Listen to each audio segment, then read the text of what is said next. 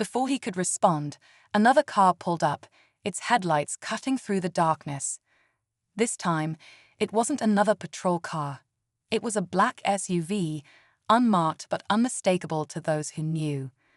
As the door opened, she recognized the person stepping out, and her heart raced. This was about to get much bigger than she expected. The door of the black SUV creaked open, and a man in a sharp suit stepped out, his presence immediately commanding attention. He moved with quiet authority, his eyes scanning the scene before locking onto the woman. She stiffened slightly, recognizing him. This wasn't just anyone. This was her superior, someone who rarely stepped into the field unless the situation demanded it. "Agent Collins," he said, his voice calm but deliberate, addressing her by name. The crowd's murmurs grew louder as they realized she wasn't just anyone either. "Sir," she replied, maintaining her composure. The officer's confusion deepened. "Wait," he interjected, his voice faltering. "She's with you." "More than that," her superior replied, his sharp gaze shifting to the officer. "This is a federal agent you just unlawfully detained." The officer's face drained of color as the weight of his actions hit him. He stammered, I didn't know." "You didn't ask," Collins interrupted, her voice cutting through his excuses. Her superior stepped closer, his tone growing firmer. "And why, exactly, was she stopped? Because she doesn't look like someone who belongs here." His words hung heavy in the air, and the crowd fell silent. Before the officer could answer, the SUV's passenger door opened, revealing another figure. This time, it was someone Collins didn't expect, a woman in a trench coat holding a briefcase, her face familiar from a case she had thought was closed. Her breath caught. "What are you doing here?" she demanded, her voice laced with suspicion. The woman smirked but said nothing, her eyes glinting with something Collins couldn't quite place. Was it triumph or a warning? Whatever it was, it felt like the ground beneath her had shifted.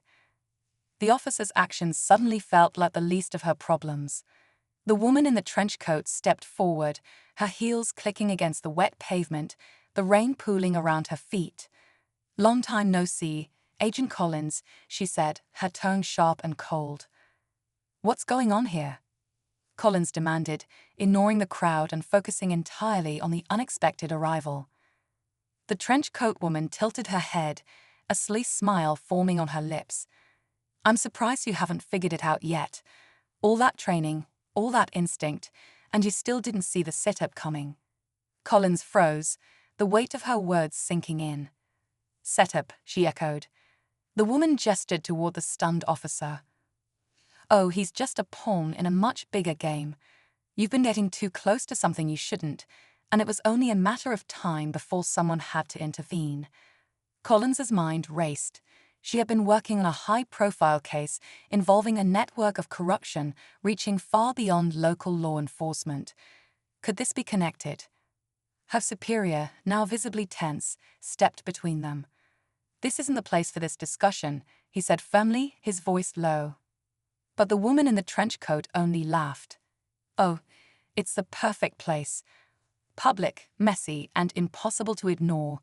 Just how we like it." Before Collins could respond, the woman reached into her briefcase and pulled out a file, dropping it dramatically onto the ground. Papers spilled everywhere, revealing photos, documents, and details of an investigation Collins hadn't shared with anyone, not even her team.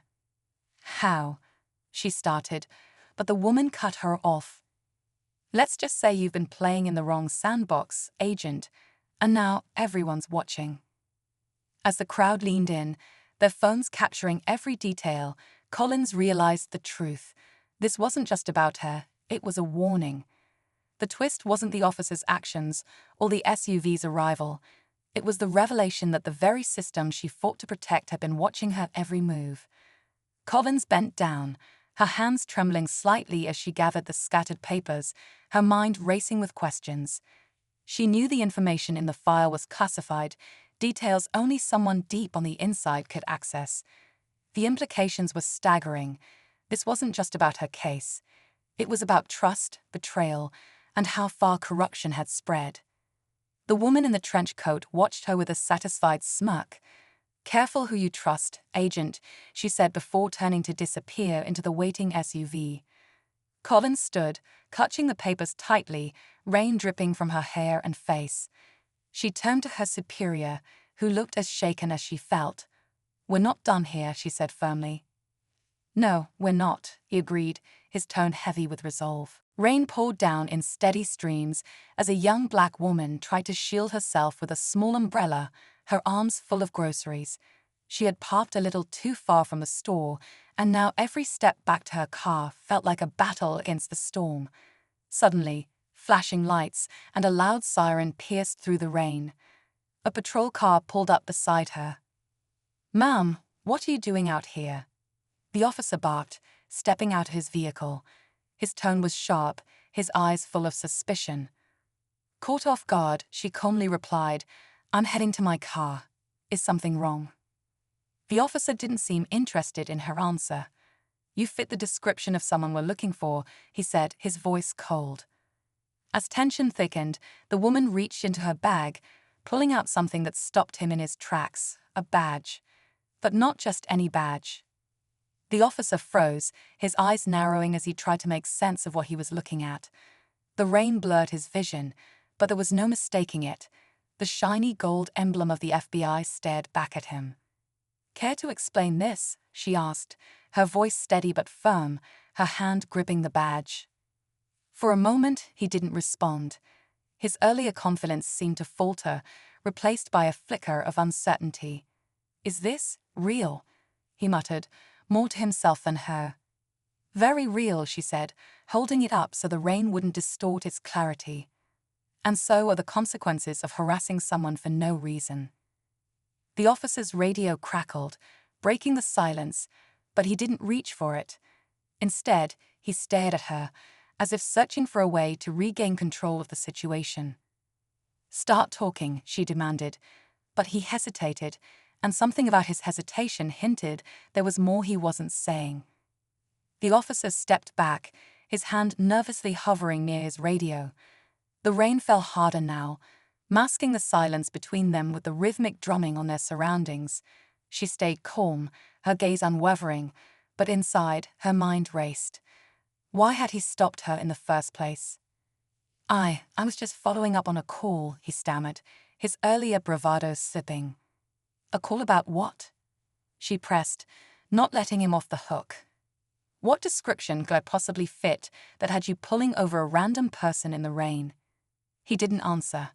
Instead, he glanced around, as if searching for a way out of the uncomfortable conversation. "Look, maybe we got off on the wrong foot," he said, his tone softer now. But she wasn't about to let him smooth things over so easily. "Wrong foot," she repeated, raising her eyebrows. "Stopping someone without cause isn't a misunderstanding, it's harassment." As her words hung in the air, a passerby stopped under a nearby awning, their phone out, recording. The officer noticed but said nothing, his face tightening as the weight of the situation sank in. The tension between them was palpable now, thick enough to cut through the sound of the pouring rain. The officer's gaze flicked nervously between her and the growing number of onlookers. Phones were appearing one by one, their cameras capturing every moment. "You still haven't answered my question," she said, her voice calm but commanding. "What's this really about?" His jaw tightened, and for a moment, it seemed like he might walk away. But then, almost reluctantly, he leaned in closer, lowering his voice. "There's been a report about something suspicious in this area," he said, his words carefully chosen. "And I'm suspicious because," she asked, folding her arms across her chest. He opened his mouth, but no words came out. The hesitation said more than any excuse he could have offered. The crowd was growing now, murmurs spreading as people pieced together what was happening. Suddenly, her badge wasn't the only thing putting him on edge.